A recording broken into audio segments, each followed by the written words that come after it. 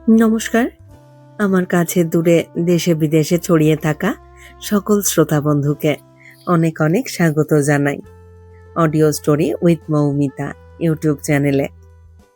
আজ এই চ্যানেলে আপনাদের পড়ে শোনাব প্রখ্যাত সাহিত্যিক নরেন্দ্রনাথ মিত্রের লেখা একটি মন ছোঁয়া ছোট গল্প। গল্পের নাম সংসার। শুনতে থাকুন আজকের গল্প সংসার।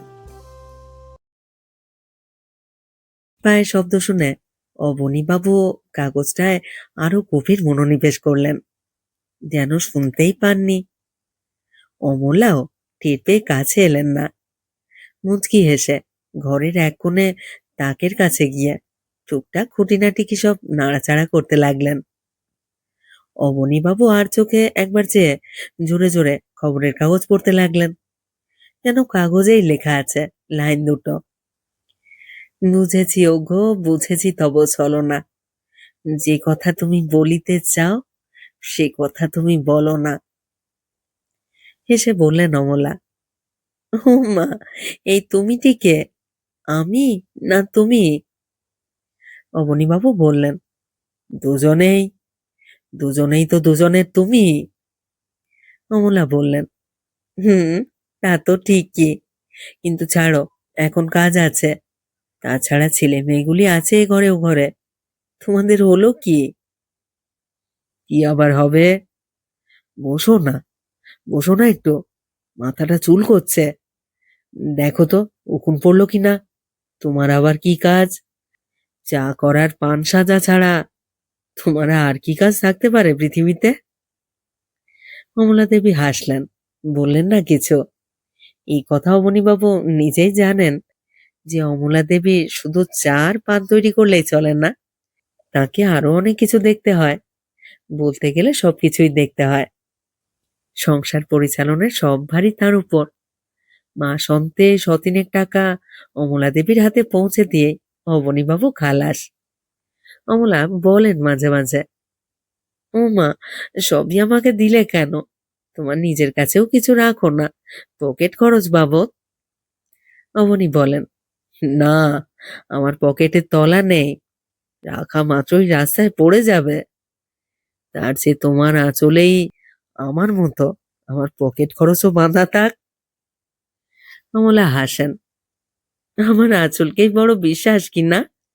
বজ্র আঁটুনি আর ফসকা গিরো, এক পয়সাও যদি ঢাকতে পারি কোনো মাসের শেষে, নাইবা পারলে কি হবে রেখে? এতটা কবিত্ব অমলা সয় না। বলেন, অবাক করলে তুমি। কি হবে রেখে? মেয়েদের বিয়ে দিতে হবে না? ভাবতে হয় না ভবিষ্যতের ভাবনা? সুর যায় কেটে। অবনীবাবুর মনে পড়ে যায়, এটা 1325 সন নয়, 45। বিবাহিত জীবনের 20টা বছর তারা অতিক্রম করে এসেছেন, আর ইতিমধ্যে ফলরূপে পুত্রকন্যার ডাল ভেঙে পড়েছে 8 ডজন খানে। কিন্তু সেই হিসাব রাখার ভার অমলার, অবনীবাবুর নয়। অমলাকে দেখলে তার সে কথা মনে পড়ে না, মনে পড়তে দেনও না অমলা। সেই 25 সনের 8 ফোঁটা পদ্ম ফুলের মতো এখনো অমলার মুখ, পদ্মের পাপড়ির মতো এখনো তার রং। ফুল দেখে অবনীবাবু ভুলে যান ফল হয়েছে অনেকগুলি, এবং সবগুলোই অমৃত হয়নি। আয়নায় প্রায় নিজের মুখ দেখেন অবনী, দেখে খুশি হয়ে ওঠেন। না, এই 20 বছর তাকে বুড়ো করে দেয়নি। ঝর্ণার মতো ঝরঝর করে ঝরে গেছে তারা, কোনো দাগ রেখে যায়নি, রেখা পড়েনি কোনো কপালে, কুঁচকে যায়নি চিবুক কি কপলের নিচে কোনো জায়গা, একটা চুলো পটাশে হয়ে ওঠেনি। তারপর তাকান অমলার মুখে। হ্যাঁ হ্যাঁ, সেও আয়নার মতো স্বচ্ছ ঝকঝকে, ফুটন্ত পদ্মের মতো অম্লান সুন্দর। অবনী মাঝে মাঝে ডাকেন, পদ্মিনী। অমলা বলেন, থামো থামো, কানু রয়েছে ও ঘরে। আবারও সুর কেটে যায়। কানু রয়েছে, কানু রয়েছে অমলার মনে। সেকালে প্রেমালাপে বিঘ্ন ছিল গুরুজনরা, আর একালে লঘুজন।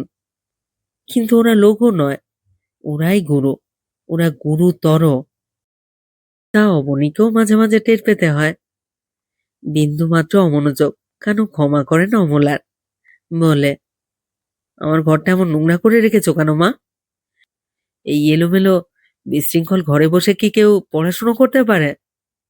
কলেজ থেকে এসে যেন দেখি বেশ ফিটফাট করে গুছিয়ে রেখেছো। আর এই ময়লা জামা কাপড় দিনের পর দিন জমছে তো জমছেই। লন্ড্রিতে পাঠাতে পারো না? আজই বিকেলে সবগুলি পাঠিয়ে দিও, বুঝেছো? ওরে মুরব্বিয়ানা দেখে অমলা মনে মনে হাসেন। বেশ মজা লাগে তার। ওই এক ফোঁটা ছেলে, কিন্তু কথার বহর দেখো। যার ছেলে সেই কিন্তু কোনোদিনই একটু জোরে কথা বলতে পারেনি তার সঙ্গে। আর ও একেবারে কর্তৃত্ব নিয়ে জন্মেছে, হিটলারই মেজাজ। তবু বেশ লাগে কিন্তু। আজ সেই হিটলারি মেজাজ হঠাৎ করুণ ও কোমল হয়ে উঠল। মা, গোটা 2 টাকা দাও তো। অবাক করলি তুই, টাকা পাবো কোথায়? আর এত ঘন ঘন টাকা নিয়ে কি করিস তুই বল দেখি? এই তো সেদিন নিলি 3 টাকা। হিটলার অনুনয়ে ভেঙে পড়ে। দাও না মা, গোটা 2 টাকা। মা। ভঙ্গিটা ঠিক 15 বছর আগেকার অবনীর মতো।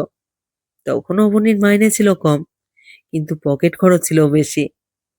সাংসারিক খরচ থেকে বাঁচিয়ে প্রায়ই হাত খরচ জোগাতে হতো অমলার। অবনীও তখন কাতর অনুনয় টাকা চাইতো এমনি করে। মালির কৌটো খুলে 2 টাকা বের করে দিতে হয় কানুকে। কৃতজ্ঞতায় গলে যায় Kanu. Good thanks, and good many thanks dearest.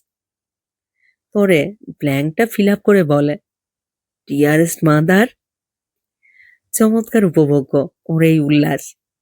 Amala বলেন, আর কিন্তু দিতে পারবো না বাপু। শুনতে শুনতে কানু বেরিয়ে যায়। এই কথা তো মা প্রত্যেক দিনই বলে। তারপর আসেন অবনী। গোটা 2 পান দাও তো। অমলা বলেন, হ্যাঁ, এখন আবার পান বানাতে বসি তোমার জন্য। আর কত পানি যে তুমি খেতে পারো বাপু? দিন রাত শুধু পান আর পান। আর কোনো কাজ নেই বুঝি মানুষের? দুধ জাল দিতে হবে শীতর জন্য। বড়বাবুর জন্য চাই আবার পরোটা আর হালুয়া। কলেজ থেকে এসে না পেলে আমাকে আর আস্ত রাখবে না। কদিন ধরে বাড়িতেই খাবার খায় বিকেলে। সে একরকম ভালোই বাপু। রেস্টুরেন্টে যা থাকে পয়সাও যায়, স্বাস্থ্যও যায়। মেয়েগুলিকে দিয়ে করাতে পারো না সব? ওগুলিকে বসিয়ে বসিয়ে কুঁড়ে অকর্মা করে তুলে যে। আহা, কি যে বলো! ওরা এক মুহূর্ত বসে থাকে নাকি? সারাদিন তো স্কুলেই কাটায়। অবনী বলেন, তা বটে। আচ্ছা, কানুর বিয়ে দিয়ে দিলে কেমন হয় এখন? তোমারও খাটুনি কমে। অমলা হেসে ওঠেন। ইস দরদ দেখো, মারি তো খাটনি। তাই বলে ওই এক ফোঁটা ছেলের বিয়ে দিতে হবে বুঝি? ভাবছো কি তুমি ওকে বিলেত ঘুরিয়ে আনবো? তারপর ওসব কথা বলে অমলা তরতর করে সিঁড়ি বেয়ে নিচে নেমে যান। বোধহয় দুধ জাল দিতে আর কানুর জন্য হালুয়ার পরোটা তৈরি করতে। অবনীবাবু চেয়ে চেয়ে দেখেন। অমলার চলার মধ্যে এখনো আছে সেই লীলায়িত চঞ্চল ভঙ্গি। কিন্তু পান দিয়ে গেল না যে। মুহূর্তে অবনীবাবুর মন নিরস হয়ে ওঠে। অমলা মনে মনে বুড়ো হয়ে গেছে। আর চিরকালই তো ও বুড়ো। সেই ছেলেবেলা থেকে ও যত সব পাকা পাকা কথা বলতে পড়তো। ভালো লাগে না সব তার। এসব পাকা পাকা কথা মেয়েদের মুখে। সর্বাঙ্গ রিরি করে ওঠে ঘৃণায় এসব শুনলে। অত্যন্ত অশ্লীল আর গ্রাম্য বলে মনে হয় সব। কাজ আর কাজ, ভারী তো কাজ। কি কাজ করতে পারো তোমরা? রান্নার খাওয়া ছাড়া আর কোনো কাজ জানো তোমরা? কিন্তু অফিসের সময় হয়ে যাচ্ছে, আর দেরি করলে চলে না। অমলা জোর করে তাকে 10টার আগে স্নানাহার সারতে বাধ্য করে। অবনীবাবু রোজ আপত্তি করেন, অত তাড়াতাড়ি কিসের? আমার 12টায় গেলেই চলে। অ্যাসিস্ট্যান্ট নগেনই তো আছে। ছেলেটি সত্যিই খুব ভালো, কিছুই আমাকে প্রায় দেখতে হয় না। ওইসব করে টোরে রাখে? অমলা বলে, আহা, তা রাখুক। তা বলে 12টার সময় নাকে মুখে তাড়াতাড়ি কতগুলি গুঁজে অফিসে যাওয়ার কি দরকার পড়েছে তোমার? সব রান্নাই যখন আমার 10টার আগে হয়ে যায়। অবনীবাবু বলেন, তাই বা হয় কেন? শীত নেই গ্রীষ্ম নেই, অত তাড়াতাড়ি তুমি করতে চাও কেন রান্না? বেশ, কারণ কলেজ নেই বুঝি? তার কলেজ তো কোনোদিন তোমার মতো 12টায় থাকে না, আর তার অ্যাসিস্ট্যান্টও নেই। হুম হুম, তোমার টান যে আজকাল সবার চেয়ে কানুর উপরই বেশি দেখছি। অমলা হাসেন। আর টান যেন তোমারই হয়নি। অবনীবাবু উঠে দাঁড়ান অফিসের উদ্দেশ্যে। পান আজ দিয়েই গেল না অমলা? আচ্ছা, দেখা যাবে। আর কোনোদিন যদি পান তিনি চান তার কাছে। বাস স্ট্যান্ডের কাছেই একটা পানের দোকান। ভালো হবে তো। দাও তো 1 পয়সার পান। এই হাতটা ভালো করে ধুয়ে নাও। মুড়ে দোকানি সব হয় সংকোচে সাধ্যমতো পরিষ্কার পরিচ্ছন্ন ভাবে পান সেজে দেয়, কিন্তু মুখে দিয়ে থুথু করে ফেলে দেয় অবনী। তোমার মাথা, হতভাগা! পয়সাটা ছুঁড়ে ফেলে দিয়ে আসেন। না, মুখটাই নষ্ট হয়ে গেল। এই জন্যই কোনোদিন দোকানের কিছু মুখে দেননি তিনি। মাসটা চলে গেল, কিন্তু ও কি, তার পরেরটাও চলে গেল যে। যাকগে, আজ তিনিও যাচ্ছেন না অফিসে। নগেন তো আছেই, কিন্তু কোথায় যান এখন? এই বিরাট কলকাতা শহরে তার কোনো বন্ধু বান্ধব নেই। আজ হঠাৎ তিনি আবিষ্কার করলেন বাড়ি আর অফিস ছাড়া কলকাতার আর কোনো জায়গায় তিনি চেনেন না। মনে পড়ল, ঘুরতে ঘুরতে বউবাজারের এক কুচো গলিতে গিয়ে আটকে পড়েছিলেন একদিন। কিছুতেই ঠিক করতে পারেননি কোন দিকে যাচ্ছেন। এক গলি থেকে গিয়ে পড়েন আর এক গলিতে। কোথায় বড় রাস্তা, কোথায় বড় রাস্তা! উৎকণ্ঠিত হয়ে উঠল প্রাণ। এই গলিগুলির যেন শেষ নেই। শেষে বুড়ো মতো এক ভদ্রলোককে জিজ্ঞেস করলেন, বউবাজার স্ট্রিট কোন দিকে? ভদ্রলোক বললেন, এই তো সামনেই বউবাজার স্ট্রিট। আসুন আমার সঙ্গে। নতুন এসেছেন বুঝি কলকাতায়? অবনীবাবু ঘাড় নাড়লেন। বলতে পারলেন না লজ্জায় যে না, সারা জীবনই প্রায় তার কলকাতায় কাটলো।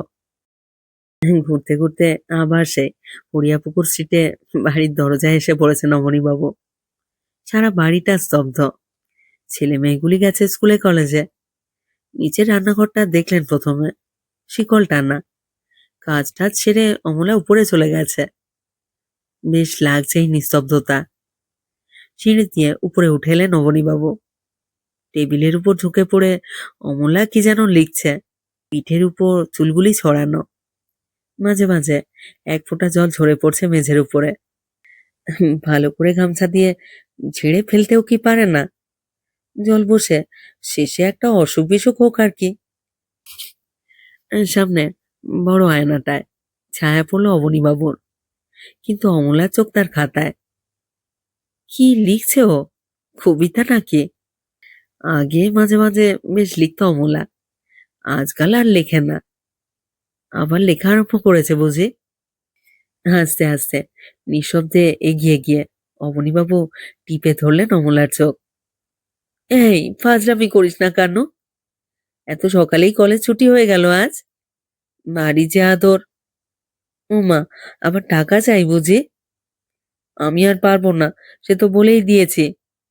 আচ্ছা, ছাড় ছাড়, ছাড় তো দেখি। আগে তুই। ছেড়ে দিয়ে অবনীবাবু সামনে এসে দাঁড়ালেন। অমলা অপ্রস্তুত হয়ে মাথায় আঁচলটা তুলে দিয়ে বললেন, ও মা, তুমি? এত সকালে কলেজ, মানে এত সকালেই অফিস ছুটি হয়ে গেল আজ? বারে বারে আজ সুর কেটে যাচ্ছে। কেন যেন ভারী বিশ্রী লাগছে অবনীবাবুর। গম্ভীর মুখে বললেন, শরীরটা ভালো লাগলো না, অফিসে গেলাম না আজ তাই। ও মা, সে কি? দেখি দেখি। উৎকণ্ঠায় পাঞ্জাবির নিচ দিয়ে হাত গুলিয়ে দিলেন অমলা। না না, গা তো বেশ ভালোই আছে। অমলা আরামের নিঃশ্বাস ফেললেন। হুম, গা আমার চিরকালই ভালো থাকে। তা কি লিখছিলে বসে বসে দেখি? অমলা আঁচলের তলায় ঢাকলেন খাতাটা। ও কিছু না। ও তুমি কি দেখবে? দেখি না একটু কি ওটা? ও সেই জমা খরচের খাতাটা। তাহলে তো আমারই দেখবার কথা। দাও দাও, হিসাব পরীক্ষা করি আজ। অফিসের হিসাব তো দেখলাম না আজ, সাংসারিক হিসাবই দেখি। দাও। অমলা দিলেন না, এসে বললেন, আহা, সাংসারিক হিসাব তুমি ভারী বোঝো কি না? হুম, আজ বুঝতে একটু চেষ্টা করে দেখলামই বা। আর তোমারই বা তাতে আপত্তি হচ্ছে কেন অমলা? তবিল তছরূপ করনি তো? আহা, স্বয়ং তহবিলদারকে তছরূপ করে বসেছি, তার আবার। অমলা হাসলেন। No, I am serious. দাও, খাতাটা আমি দেখব। যদি না দিই? তুমি কি আমাকে অবিশ্বাস করছো? বিশ্বাস অবিশ্বাসের কোনো কথা নয়, আমার সাংসারিক হিসাব আমি দেখব। দাও। আমার সাংসারিক হিসাব? কথাটা খট করে কানে এসে লাগলো অমলার। সংসারটা তাহলে শুধু অবনীবাবুরই? এখানে কি অমলার কোনো অধিকারই নেই? শুধু রান্না সেবার পরিচর্যা ছাড়া? আর কথায় কথায় বলা হয়, তুমি তো সব, তুমি তো সর্বময়ী। এর চেয়ে বড় মিথ্যা আর নেই। আর কি ছোট মানুষের মন, যে রোজগার করে টাকাটা শুধু তারই, তার একটা পয়সায়ও অধিকার নেই অমলার। সত্যি তো, সে তো আর রোজগার করেনি। এই সংসারে সে খাটে আর খেতে পড়তে পায়, এই তো যথেষ্ট। যেমন কাজের বদলে খাওয়া পড়া আর কিছু মাইনে পায় হরির মা, তার চেয়ে এই সংসারে একটুও বেশি অধিকার নেই অমলার। কি ভাবছ? কথাটা গ্রাহ্য হলো না বুঝি?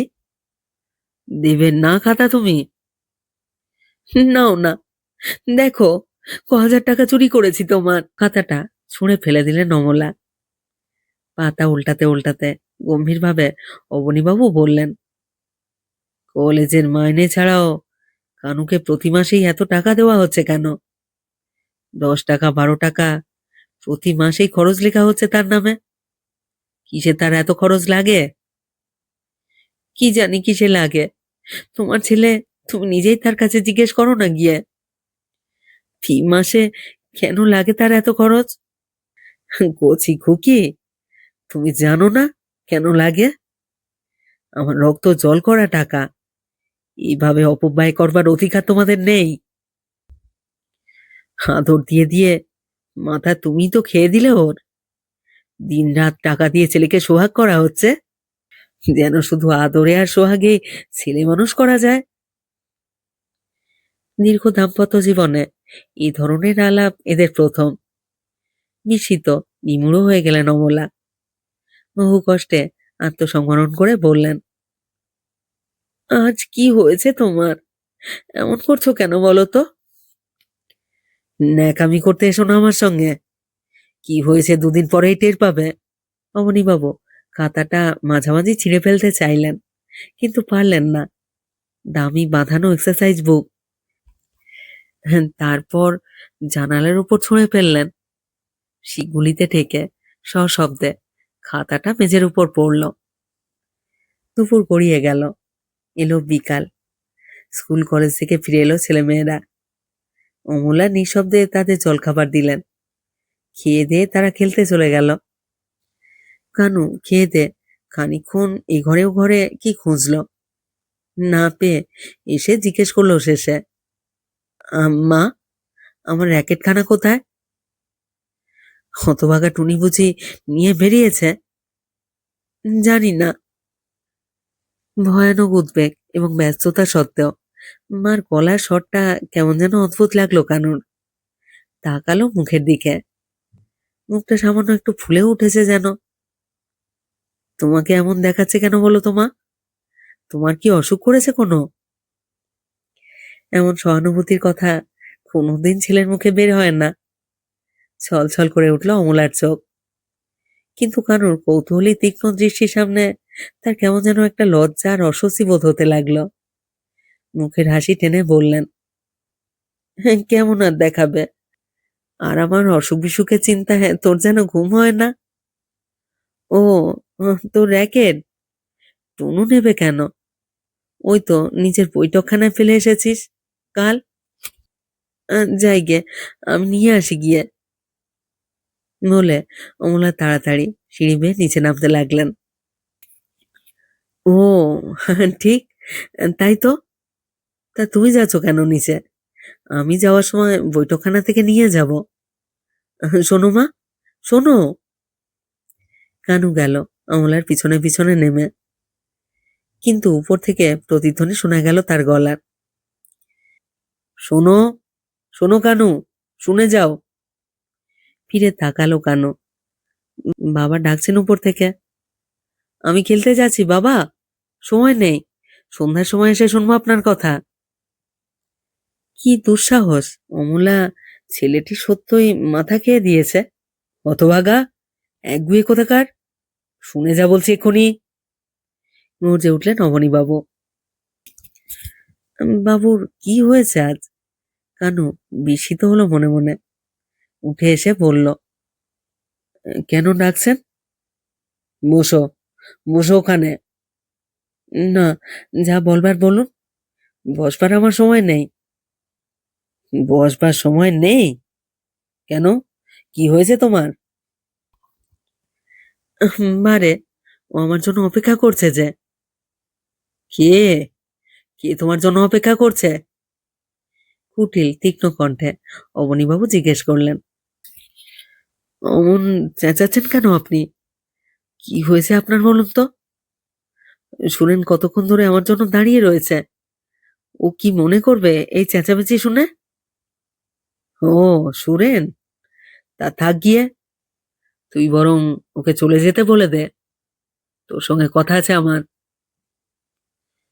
চলে যেতে আর বলতে হবে না, সে এতক্ষণ চলে গেছে। রাগে আর অভিমানে কানুর কণ্ঠ রুদ্ধ হয়ে গেল। সুরেন টুরেন কেউ আসেনি। তুই আমার কাছে মিথ্যা কথা বলছিলি। মিথ্যা কথা বলছিলি তাহলে?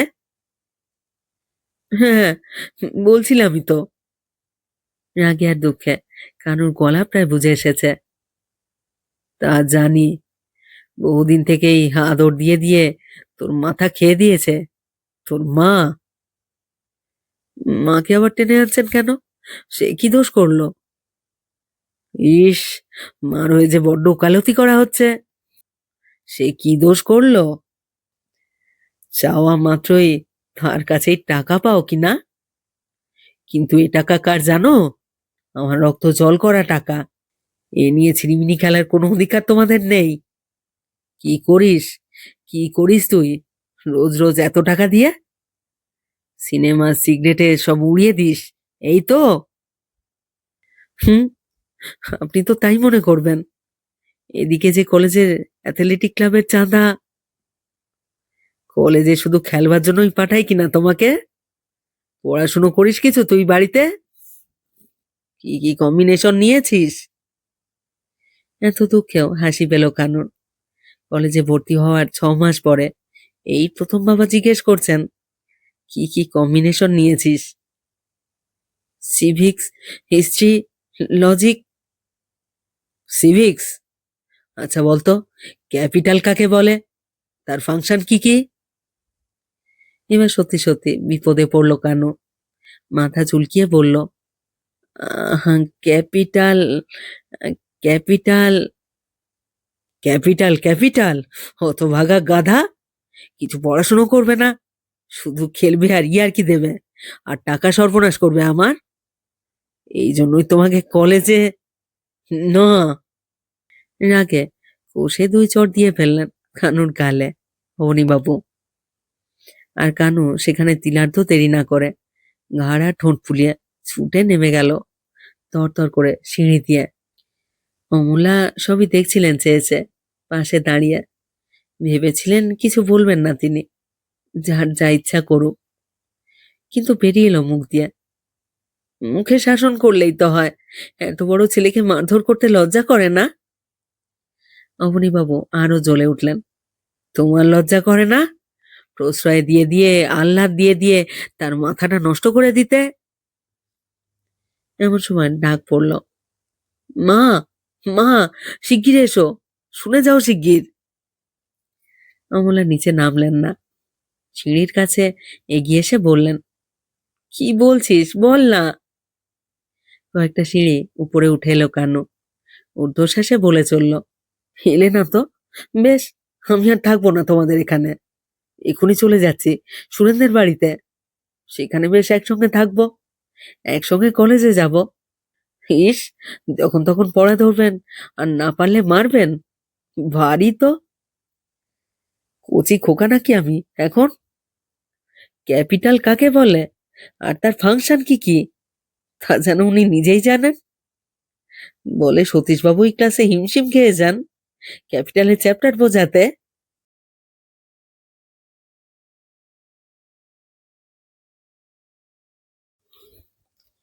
শেষ হলো আজকের গল্প, নরেন্দ্রনাথ মিত্রের লেখা ছোট গল্প সংসার। যারা এই চ্যানেলে পুরো গল্প পাঠটি শুনলেন, তাদেরকে জানাই আমার আন্তরিক ধন্যবাদ। যদি ভালো লেগে থাকে একটি লাইক করবেন এবং আপনাদের প্রিয়জনের মধ্যে গল্পটিকে শেয়ার করে দেবেন। আর যারা নতুন শুনছেন, যারা এখনো এই চ্যানেলটি সাবস্ক্রাইব করেননি, তাদের কাছে অনুরোধ, আপনারা অবশ্যই চ্যানেলটি সাবস্ক্রাইব করে আমার সাথে থাকুন আর নিয়মিত শুনতে থাকুন নতুন নতুন বাংলা গল্প। আর হ্যাঁ, এই লেখকের আরো যে গল্পগুলি আমি আমার চ্যানেলে পড়েছি, তার প্লেলিস্ট ডেসক্রিপশন বক্সে আপনারা পেয়ে যাবেন। সেখান থেকে অন্য গল্পগুলি না শোনা থাকলে আপনারা শুনে নিতে পারেন। সবাই খুব ভালো থাকুন, সাথে থাকুন, আপনাদের মতামত জানাতে থাকুন। ফিরে আসছি খুব শীঘ্র নতুন গল্প নিয়ে।